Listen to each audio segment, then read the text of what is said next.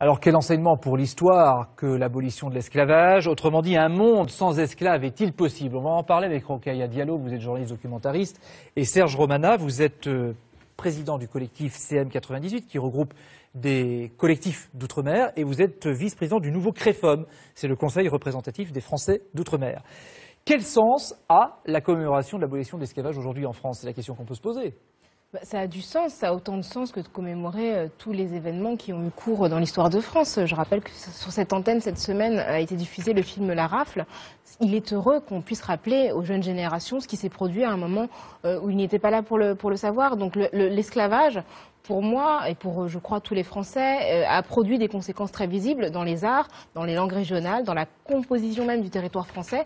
Et rappeler de quoi tout cela est le fruit est important. Serge Romana, vous faites la même analyse que cela, ou vous dites que c'est quelque chose qui est plus lié, par exemple, à l'histoire des Outre-mer?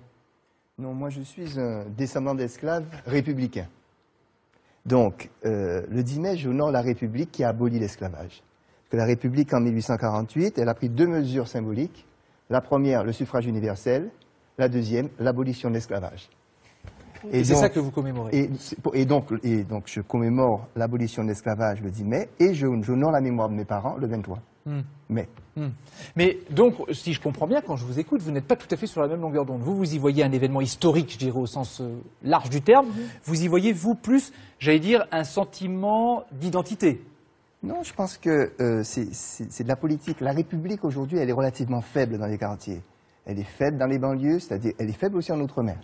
Et il faut la renforcer. Si vous ne mettez pas en avant des événements importants qui la mettent justement à l'honneur, et bien à ce moment-là, vous ne la renforcez pas. Et puis quelque part, c'est aussi un peu une manière de casser ce mythe de nos ancêtres les Gaulois. Parce qu'effectivement, moi, contrairement à Serge Romana, je ne suis pas descendante d'esclaves, mais je crois qu'il est important de rappeler d'où viennent tous les Français. Et que la France n'est pas seulement un hexagone, ce sont des outre-mer, et que ces outre-mer se sont forgés dans la douleur. Et aujourd'hui, les conséquences de l'esclavage sont très très visibles. Alors rappelons que cette journée a été créée pour la commémoration de l'abolition de l'esclavage en France le 10 mai 2006. Est-ce que vous avez l'impression aujourd'hui que ça a changé des choses dans les mentalités ou pas? Alors, ça a pris du temps, mais je crois qu'on parle un peu plus d'esclavage. Par exemple, je ne suis pas sûr qu'en 2005, il y aurait eu une émission, le 9 mai, sur la question de l'esclavage. D'accord? Donc, on commence à parler de ça, et contrairement à ce que dit le maire de Villers-Cotterêts, nous ne sommes pas en train d'accuser la France. Au contraire, on honore le 10 mai la République qui a aboli l'esclavage. C'est tout l'inverse. C'est lui qui a un comportement anti-républicain. Quand il parle d'autoflagellation des Français... Mais de quoi? On parle de la République qui a aboli, la République de 1848. Nous lions plutôt du positif que du négatif, si vous voulez dire. C'est essentiellement du positif.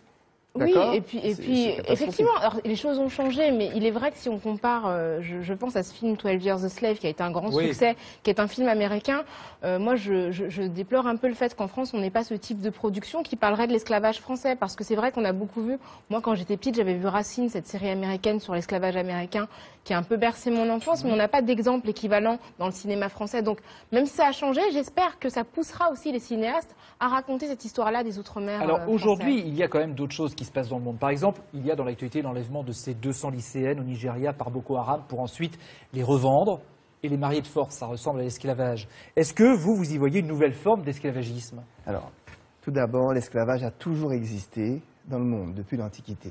Il faut quand même bien comprendre la particularité de cet esclavage, l'esclavage colonial dont on parle. L'esclavage colonial... Qui concerne la France, donc.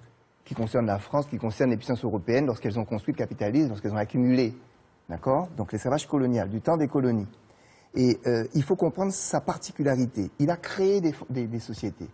La grande différence entre l'esclavage, la Shoah, les génocides arméniens et des Tutsis, c'est que là, quelque chose de paradoxal, un crime contre l'humanité a fondé des sociétés. Et ce qu'on n'imagine pas, c'est que les conséquences que ça a eu dans ces pays.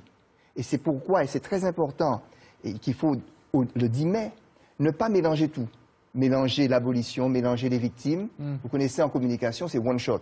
Si vous mélangez les messages, vous abaissez la Rokhaya Diallo, force. est-ce que vous mettriez les lycéennes de Boko Haram dans cette histoire de l'esclavagisme? Non, pas du tout. Je pense effectivement que l'esclavage a complètement reconfiguré le monde. Quand on voit ce qui s'est passé au niveau du Nigeria, on voit le responsable de Boko Haram, il ressemble quand même à un illuminé sous emprise de stupéfiants, donc un être relativement isolé, là où l'esclavage a été fait par des puissances, par des églises, par des institutions, et a vraiment redistribué les cartes du monde et créé des diasporas, parce que ça a créé des civilisations. Merci Rokhaya Diallo, merci Serge Romana d'être venu sur le plateau ce soir avant cette journée du 10 mai.